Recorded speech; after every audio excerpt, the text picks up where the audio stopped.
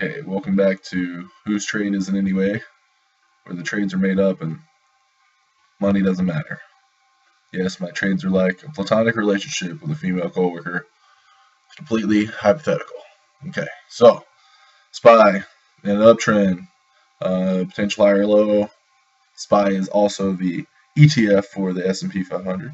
Kind of going sideways until this chain of character wide range day came through, right around the midline. So we're expecting breakouts, close lower.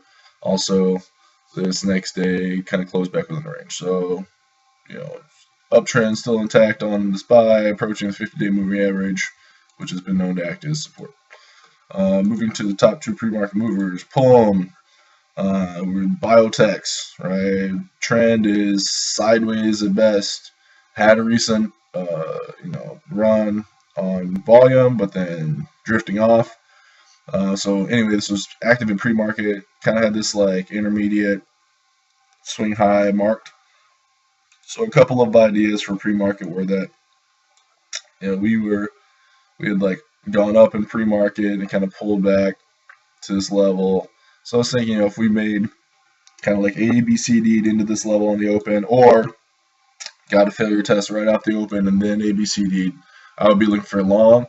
Or you could have been, saying, hey, get this failure test straight up off the open and, maybe looking for short. But, there was just really not a lot of resistance on the daily. I mean, there was kind of this area, but, kind of getting into the blue sky area if you get above this like 460 area. The other one, which didn't really show up on the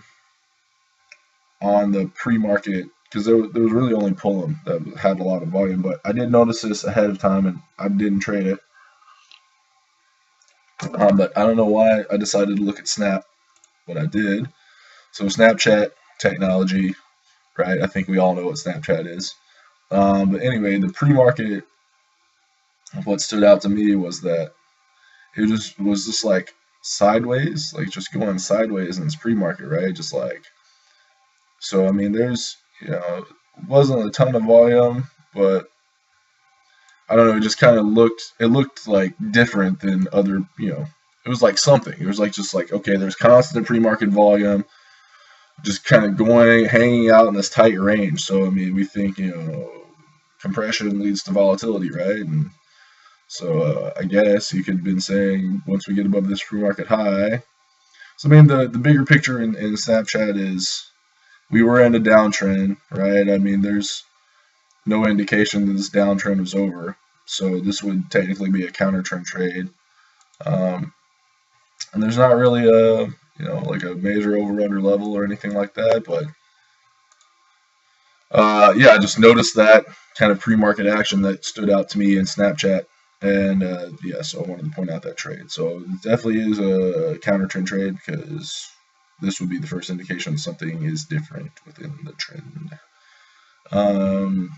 Okay, talking about my trades that I made today. So, 3-day loser streak's over. I didn't have a bad day, like, I took a huge loss or whatever. It's just frustrating because I think I was pressing it. We talked about it before, trying too hard, trying to do too much, trying to force it. I knew that coming in that I would want to do that, and you had talked about it as well, so try to be cognizant. But this trade in ESPR, I think I made it up. That I'm about to show you, I don't think it was so good. HOVAS, I'm not so mad at myself. Like volume spike came in, hit my alert, kind of, had a couple bar pullback above the level. So, we had the idea of coming off a base and the volume coming in there. So we'll talk about that one. And then NKTR is frustrating, and I'll explain that later. Okay, so also, I mean, notice, all my winning days I had one stock, I mean, maybe two stocks, right? But one stock.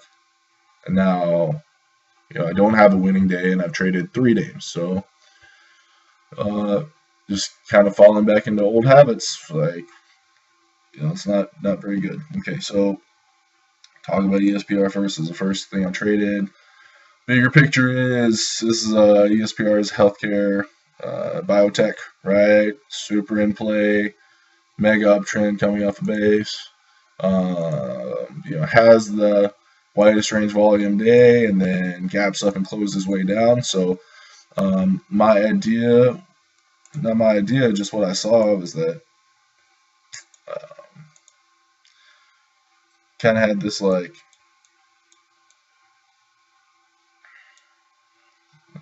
prior resistance level up here, or this one right here, excuse me.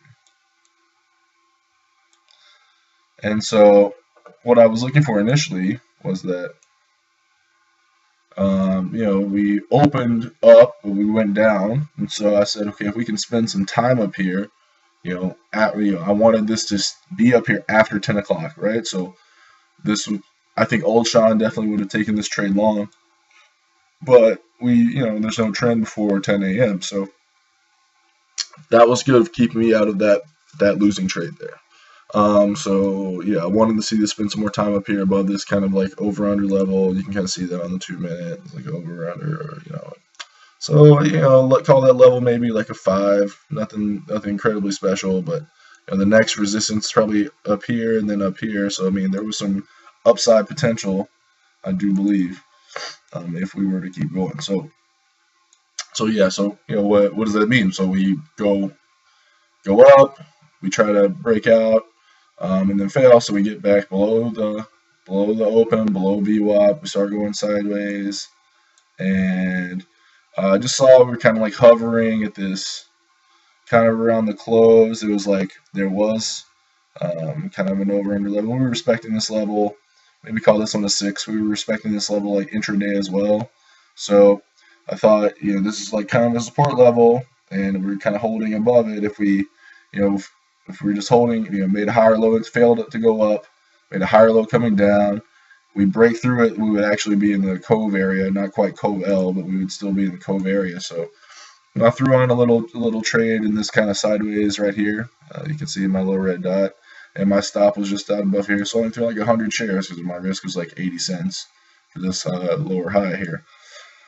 Yeah, but we broke out, and about 30 minutes went by, and we were kind of at the same price. So like, what should have happened didn't happen, so I got out. So, is this a great trade? Like, no, I think I'm trying to, force it and like trying to make up too much shit, and we're still in the prior days range, so not a fantastic trade there.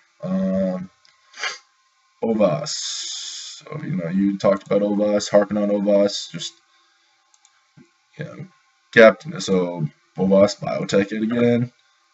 Gap down, had been a recent downtrend gap down on this day on the December 22nd, going sideways ever since. So I had an alert set, kind of like right at this 68. It triggered, so it came in. This volume on this one bar came in, and so 1, 2, 3, 4. I decided to.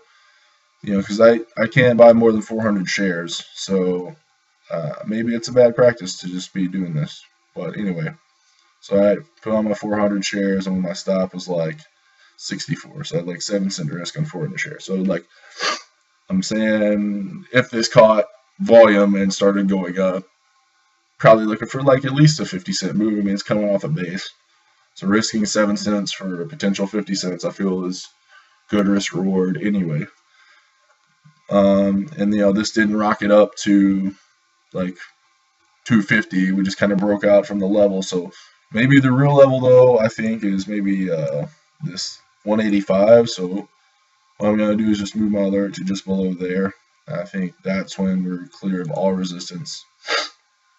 And but we've been going sideways. The volume, there's been volume like in the background. So you've been calling this one out for a reason, because it's gonna go like one way or the other. And I need to set my alert down here, but certainly our downside potential isn't as much as our upside potential, given this is $1.34 and it can only go to 0. So took OVAS. I reckon I could have stayed in here for the duration of the day and made like 2 cents, 3 cents, but we just kind of like coming back below that breakout level, that level I had marked. So it's like, okay, like take a small loss, like whatever, not a big deal.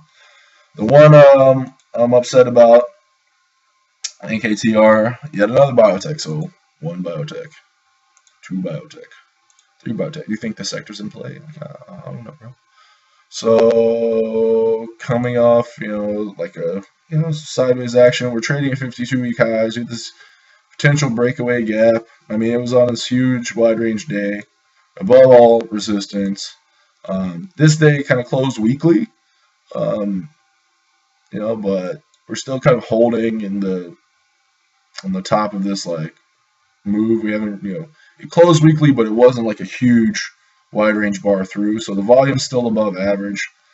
What I saw was this kind of like level right here, and maybe it's like a 4. It's nothing special, but the fact that we respected it right off the open was what caught my eye.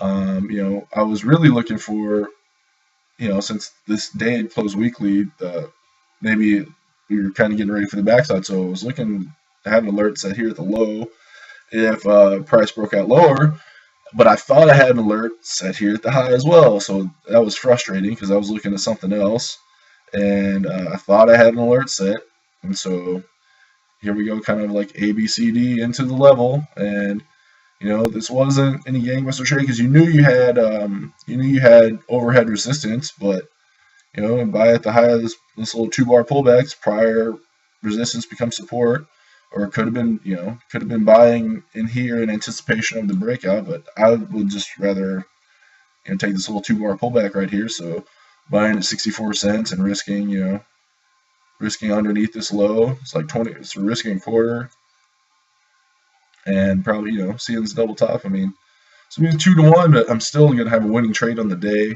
Yes, we're still inside the prior day's range, but stocks in play, identified a nice intraday level to play from. Saw the ABCD setting up, but I was cognizant the all-time high was up here. So what's frustrating about that is I missed this, and so I chased it.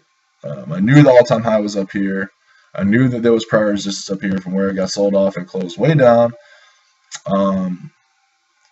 But I still, saw this going sideways and told myself this was a pullback, and set, I had my stop around like 80 cents, but initially, but after this double top here, I just got out. I was like, I felt, it was signaling that it wasn't happening, so I got long. It definitely could have kept going up here. It definitely could have kept going up here, but it went up and just immediately rejected down. So it was a sign just to get out. So small loss here. I'm frustrated. This wasn't like a terrible entry. I am buying right underneath resistance. So actually, yes, it is a terrible entry. But the thing that's the worst part is I didn't prepare well enough. Like I should have had this alert set at this high of day or just below it, and I should have caught this little move. And like I said, it's not like gonna break the bank, but there wasn't a lot going on today. The only other thing I really saw besides Snap, because Snap had a wide range day. AAOI had a wide range day, but what's the setup here really? It's in an uptrend, sure, pull back to the midline, but maybe you could argue a failure test at the low of day, and but there's not really. I don't think there's really a clean setup in here. And kind of like you say, is there going to be a wide range day every day? Just taking this setup, no. And you had to go through all of yesterday's range to get this wide range day, so it's not really a good setup. Momo had been in play. Technology stock. We know Momo. Been in the uptrend at all-time highs. Recently failed, and the only thing is counter trend trade I saw was that Momo, spiked up right off the open. We went, open lower, but we went up, $1.75 in 9 minutes, and so Momo, generally does about $2 worth of range. So this kind of, people be like, oh, this is a bull flag. I definitely would have said this in the past, but I was thinking short simply because we had gone too far too fast. So we could have been shorting in this little wedging action. Let me stop here. I probably would have put my stop right here. So 40 cents. Since it's a counter trend trade, maybe taking profits, like nothing crazy, but I don't know. Anyway, it's like not a A+ trade, so I don't even know what I'm showing it to you. To talk about setups for tomorrow, because I have to go to work very shortly. Let me prioritize. So NKTR, 2 days overlapping now. If we break out to all-time highs, we break out to all-time highs. Volume's still good. We haven't really had a change of character. Yeah, so got alert set for the all-time highs. That's definitely high on the list. OVAS is going to remain, as an alert. ESPR volume still in play, and we have this like over/under level for if we get below here, be interested for a short. Kind of like get above here, be interested for a long. So that's just kind of like where it's at. We're still in play in the ESPR. And ALF still in play. Kind of this uptrend pullback. So this could be a potential lower high. Could be the volume is really high on this day, but we've got this narrow range inside day now, which on its own doesn't mean a lot. You have this like kind of multi-day level here. It's over/under level. Call that about a 6 to play from. So is it just because one narrow range inside day, does that make it like breakout candidate? No, but it's at least something because there's not a lot out there. Kite, we had Kite's biotech. Hey, a lot of biotech. So going sideways, breakaway gap. Higher highs, higher lows, going sideways in this 5 days. Broke out on volume. We've I was kind of looking for this yesterday, maybe a second day play continuation, but we have an obvious intraday level. Talking about levels, so intraday level at this like 2630. If that's the trigger area for this setup.